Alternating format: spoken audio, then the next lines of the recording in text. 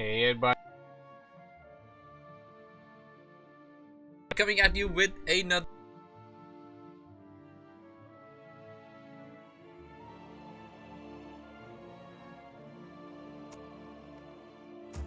2v2 players. Of course, I have casted a lot of games.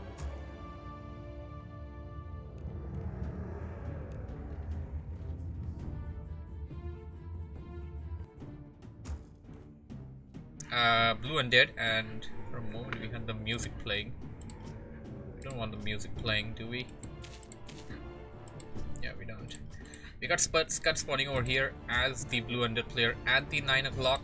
At the 12 o'clock, we got ThorZaIN, his ally, as the blue human player. Human and Undead versus Night Elf, which is Guess, spawning at 3 o'clock. And at the 6 o'clock, we got KurCo spawning as the Red Undead. It's going to be Team Red versus Team Blue, Guess and KurCo versus ThorZaIN and Skutt. They have delivered to us some really amazing 2 versus 2 action, and we got another 2v2 series from WarCraft 3 Lovers 2v2 Cup. Let's see how this game turns out to be, as their initial builds and everything is being set down. Guess over here wants to creep out this camp over here. Something that you can secure in a 2 versus 2 game, and something that I wanted to consider, that this map is pretty good even for 1v1 scenarios. I think somebody should consider this map for 1v1s at some point. We got Criplot coming in by KurCo, Keeper of the Grove by Guess. On the other side, ThorZaIN opening up with what seems to be Pally first Rifleman build. This is Pally Rifle build. This is something that ThorZaIN himself has come up with as per my knowledge. And it appears that he's not going to go for Pally, he's going to go for the Mountain King, alright? King of the Mountains with a lot of Dwarven Riflemen. It's going to be a heavy Dwarf army on ThorZaIN's side. And on the side of Skutt, it is going to be a Dreadlord. Dreadlord plus Mountain King. I think this can turn out to be a really potent combination. You can sleep your opponent hero, get a surround on it, Stormbolt, and murder it. Keeper of the Grove is out. That Scout Militiaman will be followed.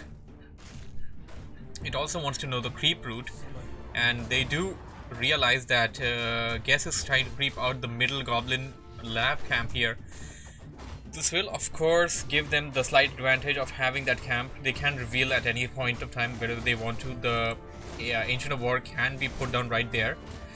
Dreadlord is out. This is of course a ghoul build, and Skutt going in for an expansion. Of course, this pocket expansion is at a very good location, can easily be defended between ThorZaIN and Skutt's base. ThorZaIN is going to go for some militia creeping at the Goblin Merchant, so it's gonna be all of the players are creeping out orange camps right on the early go. Nobody has gone for green camps just yet. Team Red, KurCo and Guess are going to be creeping together. They're going in for the orange camp at the Merc camp there. They should be able to take this out without much of a problem. Going to send the Criplot ahead. Criplot got a good item, Flute of Accuracy, but I think he should consider passing this on to the Keeper of the Grove, because Keeper is the one that's going to gain any kind of advantage with that. ThorZaIN done creeping over here. Got a pretty good item, Sobby Mask. Of course, without the Archmage, you're going to miss the Brilliance Aura, but you now have a Sobby Mask, which gives you 50% extra mana regen, which is pretty good. Expansion is all set to come up over here by Skutt. ThorZaIN contributing some lumber to Skutt because, well, of course, expansion putting down an expansion can cost you a lot of lumber and gold. You would need lumber at some point. ThorZaIN going to creep this camp out while Guess scouts him out. Going to go and check up the base as well. ThorZaIN has not teched up yet. Okay, this is something that you want to consider. Going for mass rifleman push will also cost you a lot of lumber. 20 lumber is what the rifleman cost. So that 20 bits of lumber, that is something that you're going to be losing for some time until you go tier 2. And of course, you don't want to be supply blocked either. ThorZaIN was momentarily supply blocked. Now he isn't. Now he just built that farm somewhere there. That also cost you like 20 gold. But of course, it's a really potent build and can be very useful. So ThorZaIN trying to get that hero to level 3. Not going to be level 3 over here. He's going to need one more camp at least. The Dreadlord is already level 3. On this side of the map, I like how both of the teams have considered to go for a passive approach. Both of them are just creeping on their side of the map. We have seen no attempts to try and surround, creep jack or harass or anything like that as of yet. And this is also something very interesting to see in matches. So we're going to be seeing level 3 heroes all across the board. It's going to be level 3 heroes for all 4 players right now. Let's see how this game turns out to be. Mountain King Dreadlord versus Keeper Cryptlord. Tier 2 ready for... And yeah, you see the bug here? Yeah, I saw the bug there. This was not a thing in classic Warcraft. This only came up after Reforged. I think you can still see it if you... Nah, you can't see it still. But yeah, I'm pretty sure the people that have been playing for Warcraft for several years, just like me, notice things like this instantly. So, I guess gonna go in, try to attack the base of ThorZaIN, which does not have any towers over there. ThorZaIN pulling in a lot of militiamen. A nice thunderclap slows down the units a bit, and they will catch that Shadow Priest. While we have a Staff of Mana Steel being used on the Mountain King, no more thunderclaps and no more storm bolts. A lovely impale over there will force the TP on ThorZaIN, although ThorZaIN is right outside his base. He has to use the TP to save his stuff. Where is Skutt? Skutt needs to get here, but oh, Skutt is attacking the main of Guess, and he's only attacking it with the Dreadlord. It should be fine. This is a massive army. This is a huge army. ThorZaIN is in a big trouble right now. There are 6 Treants, 6 of those carrion beetles, and they are massively attacking every of the building there, and we are 9 of the Treants now. A nice thunderclap despite of that mana drain earlier. He had some potions, he had the shop at the back line, so he could have used it. An impale over there. This does not look good for ThorZaIN. Here comes Skutt to the rescue, but what is Skutt going to do with just the Dreadlord? Here comes the ghouls, but we got a Death Knight coming in for KurCo. A reveal being used over here, I believe, to reveal the burrowed scouts, burrowed beetles. That Mountain King is so weak right now. It is using hide to currently shadow melt itself. Cloak of Shadows, but oh no, we got this reveal is done by Team Red. Team Red wants to take out that Mountain King. Death Knight can easily use a Death Coil, but Death Knight gets taken out. KurCo and Guess will return back to the base. All of these, I can't really say who got the better of that fight. Like, ThorZaIN's base is heavily damaged right now, and if you go to look at the number of peasants, he didn't really lose too many of them, or he didn't lose as many as them as to really matter, because he got them back up from the keep, of course. He is at tier 2 and may want to go for a second hero real soon. Skutt on the other side is going in for a small attack with the Dreadlord once again, some skeleton warriors, but Guess is right here. He needs to be careful. He doesn't want to end up losing the Dreadlord. Dreadlord does have a potion, going to be using it. Here comes a Tinker as a second hero for Guess, and Dreadlord is trying to attack the Shredder with everything. Nice around there. Nice body block. Will he get it? He got it. Will force the TP on Skutt's Dreadlord. What do we have here? Some slaughterhouses tier 3 coming in. Second hero was, of course, the Death Knight. May want to try and level up the Death Knight. I still don't like how KurCo has kept the Flute of Accuracy.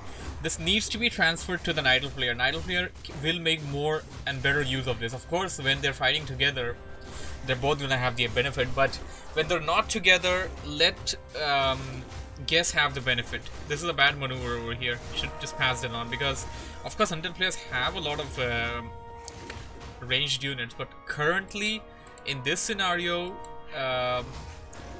KurCo only has mostly has melee units, not mostly he has melee units right now. Expansion being scouted out. Skeleton warrior coming in over there for Team Blue. Potion of heal being picked up. Priest getting killed there. Entangle first. Dispel coming in for the priests.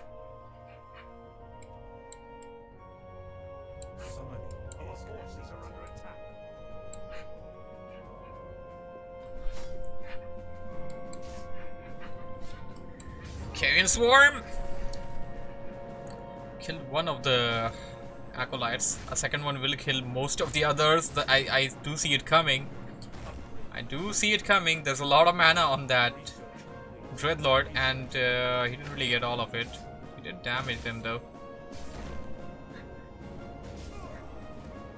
I have to kill a couple of acolytes here. It will hinder the benefit that you get from the expansion.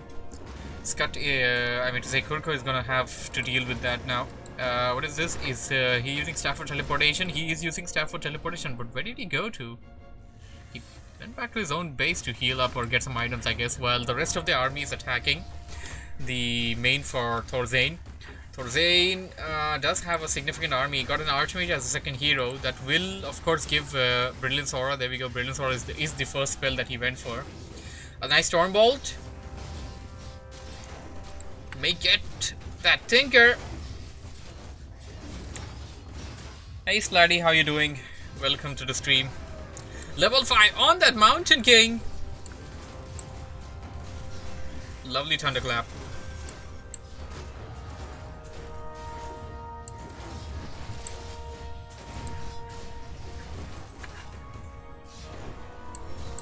This is actually a pretty good strategy. Go for the Pally rifle build, but go for the Mountain King instead, and go for Thunderclap. Like, if you get Thunderclap, you can actually beat down a lot of stuff, and those riflemen can pick them apart once their HP is low.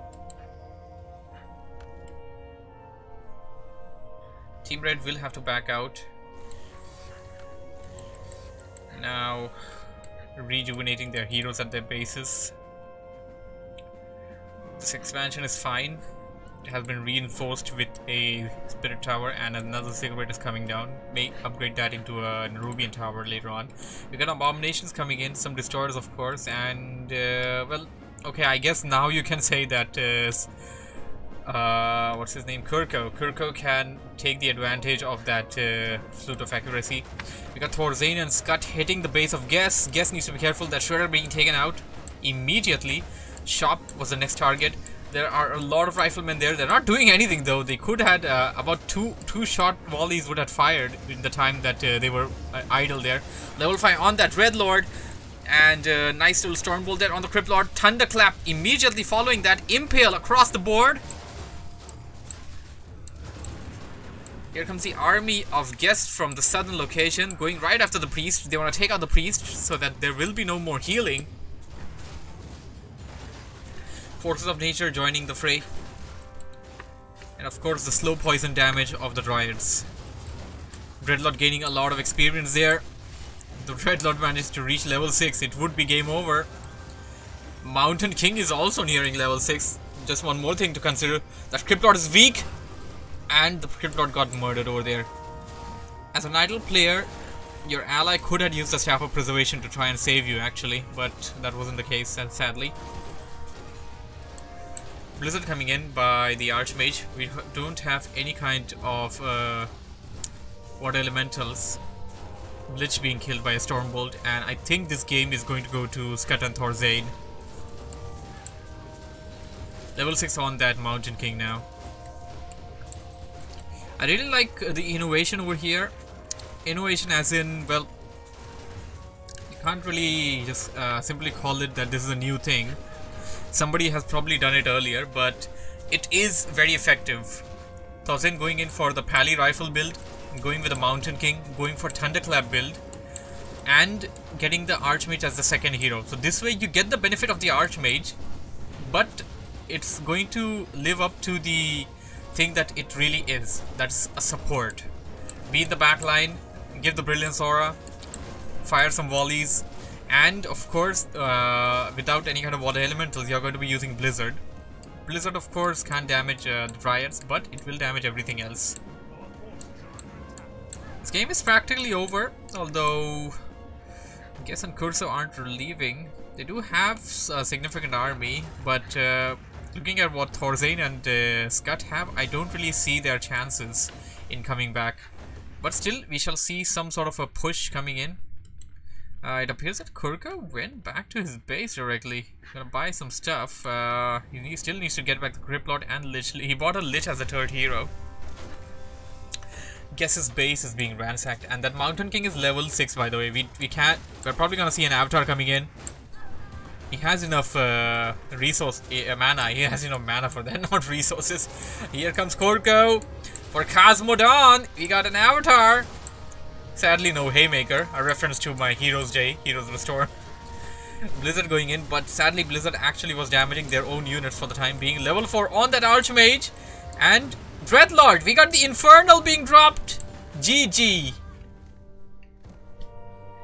I have to say, very good game. Lovely game by both players. Hope you guys enjoyed it. Thank you for watching. Thank you for listening. If you have enjoyed what you have seen, don't forget to hit the like button and subscribe for more. Join me at 15:30 UTC every single day on my Twitch channel for a new WarCraft 3 cast. Post to that, the replay will be going on to my YouTube channel later on. You can subscribe to there as well. I'll be posting a new replay, a new WarCraft 3 cast on my YouTube channel every single day. So that would be all for this one then. Thank you for watching. I shall see you in the next one. Bye for now. And for the guys watching this on stream, you don't have to go anywhere. We're still rolling.